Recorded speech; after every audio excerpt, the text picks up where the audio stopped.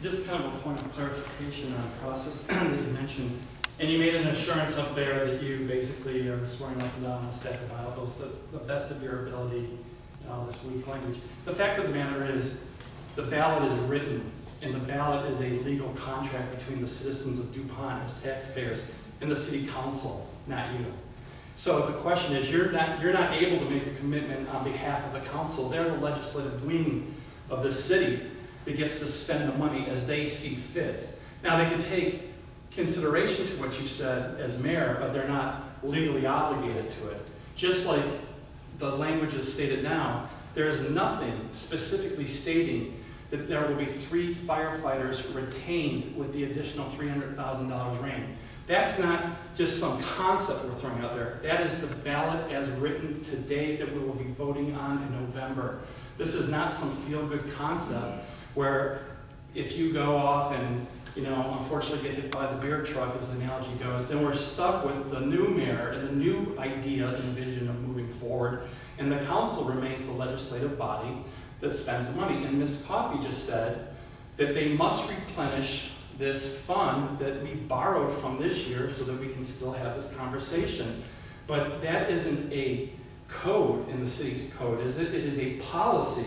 So you're not even obligated to do that.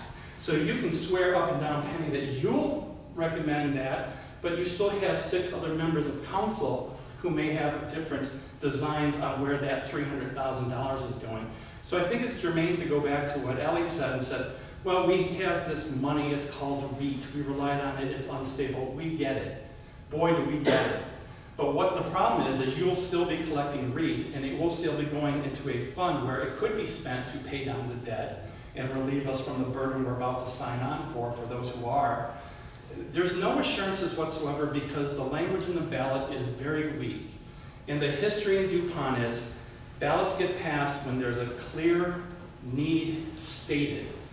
We will hire a fireman, we will hire a policeman and a clerk. Those ballots pass. The ones that fail are the ones that are this pie in the sky thinking, the Chicken Little stuff where stuff is falling on our head, we gotta go run around like our hair's on fire because it's a new crisis. But please be clear, and correct me if I'm wrong, and it's just a statement. You don't have the legal authority to, other than influence, to say where that money is going to be spent. You could put a budget together, they could vote it down, rewrite it, go to workshop, and then next thing we know, we have a brand new, whatever, a parade, another parade. The way it's written right now. Or that we go back and contract with West Pierce. I mean, and that seems to be kind of like, so now let's get honest with ourselves. When you say that the money, $300,000, could be used for public safety services, suddenly I could be looking at Starbucks one Saturday morning and see some faces I don't recognize, and to go pay down on a contract. So this is why it is so pivotal that we read the ballot and understand one thing is abundantly clear in the ballot, and that is $770,000 more or less is going to be paying on the Civic Center.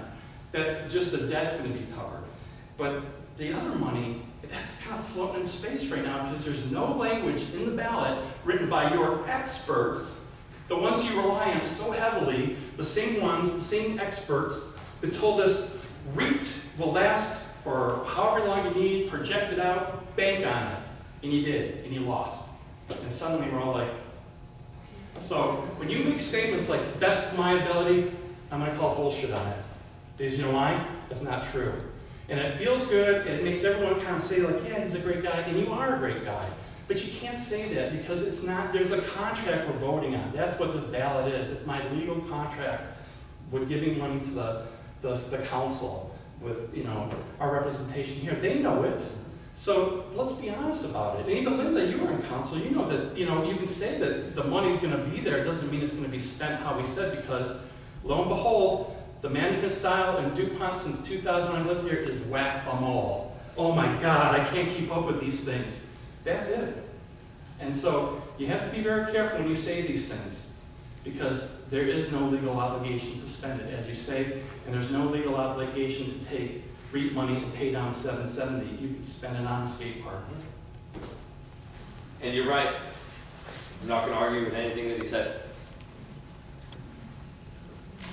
And if you want to call bullshit, that's fine too. Because I respect that, and that's your right. And when I say to the best of my ability, yeah, he's right. I do not have the authority to make sure that that money goes to place. As we talked about, that's not my role. He's right. But when I say to the best of my ability, it's not just fluff. Because within everything that I have authority to do, to set priorities, to be transparent, to share with you, to create a committee, to find some language, as I told Sharon, I will try to find some solution that can give you as many assurances as can that that money's going to go to where it is. Now let me be clear. I don't have the authority, to the best of my knowledge, unless it's like a resolution or a proclamation, to actually, whatever the solution is, to enact it. I will need you to support me in doing that, to vet it, and then the council will have to enact it. So, but what I can do, I will do, and to the best of my ability, it will be done. But to be very clear, I agree with what Mike said, but we'll find a way, and I'll come back with some options to folks of what are some options, and I'll raise this to council, saying here's some options that I think need to be considered to the best of with our legal authority to put guarantees and assurances that those funds will go towards the things that we've asked them to go for, and provide that specificity that either was not or could not be provided in the ballot. Because the bottom line is, these are our community needs, these are our community priorities, and we're asking everyone to invest in them together, you and me both, and we all should have those assurances.